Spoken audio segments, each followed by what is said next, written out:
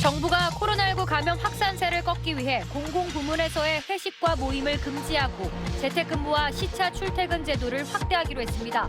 내달 2일까지를 특별방역관리주간으로 정했습니다. 가상화폐 시세 조종 현장을 SBS 취재진이 직접 확인했습니다. 은밀하게 끌어들인 사람들과 짜고 수분 만에 가격을 폭등시켜 수익을 챙기고 있었습니다. 새벽 시간 길거리에서 사람들의 얼굴에 호신용 스프레이를 뿌린 남성이 붙잡혔습니다. 공배를 당한 피해자가 직접 이 남자를 붙잡아 경찰에 넘겼습니다. 국내에서 와인 가격은 판매처에 따라 다르기 때문에 소비자만 손해를 보고 있다며 구매 영수증을 공개해 가격 정보를 공유하자는 운동이 벌어지고 있습니다.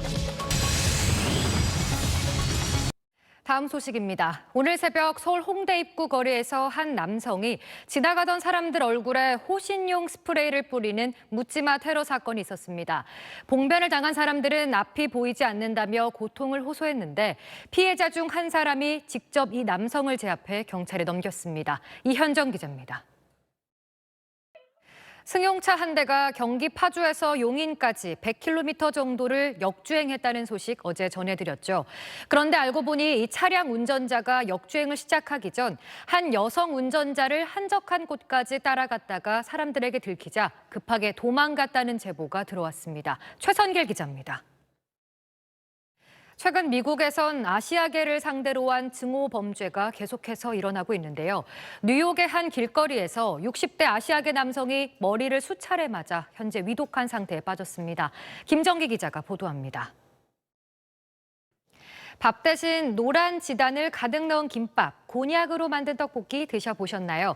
바로 탄수화물은 확 줄이고 지방 함량은 높인 저탄고지 음식들인데 요즘은 식단 관리도 하면서 맛도 챙기는 하나의 방법으로 이런 키토식이 인기를 끌고 있습니다. 한지연 기자의 보도입니다.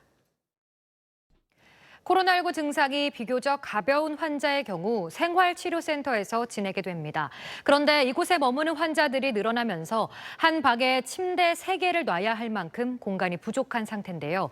생활치료센터 환경이 어떤지 조동찬 의학 전문 기자가 점검해 봤습니다. 코로나 사태와 국경 봉쇄로 한동안 잠잠했던 중국 어선들이 또다시 북한 해역에서 불법 조업에 나섰습니다. 바다에서 넘겨받는 밀무역이 막히자 직접 불법 조업을 하는 건데 북한과 가까운 중국 수산물 시장에선 북한산 꽃게가 버젓이 팔리고 있습니다. 김지성 특파원이 취재했습니다. 친모에게 상습적으로 폭행당해 중태에 빠졌던 생후 8개월 A양이 사건 발생 43일 만인 어젯밤 결국 숨졌습니다. 20대 외국인 친모는 오줌을 싸고 칭얼댄다며 A양을 매트리스 위로 던지는 등 학대했는데 양육 스트레스로 심한 우울감을 느껴온 것으로 전해졌습니다. A양은 지난 3월 22일 뇌사 상태로 병원에 이송됐고 중환자실에서 인공호흡기 의존해 생명을 유지해왔습니다. 정부가 오는 2023년까지 철강업계를 대상으로 직업성 암 관련 역학조사를 실시합니다. 조사 대상에는 포스코 등 대기업은 물론 하청업체에서 일하는 근로자들도 포함됩니다. 앞서 폐암과 폐섬유증 등으로 산재를 신청했던 포스코 근로자 9명 가운데 지금까지 3명이 산재 승인을 받았습니다. 반도체와 타이어 업계에 이어 철강업계를 대상으로 역학조사가 이루어지는 건 이번이 처음입니다. 남은 주말 잘 마무리하시길 바랍니다. 일요일 8시 뉴스 마칩니다. 고맙습니다.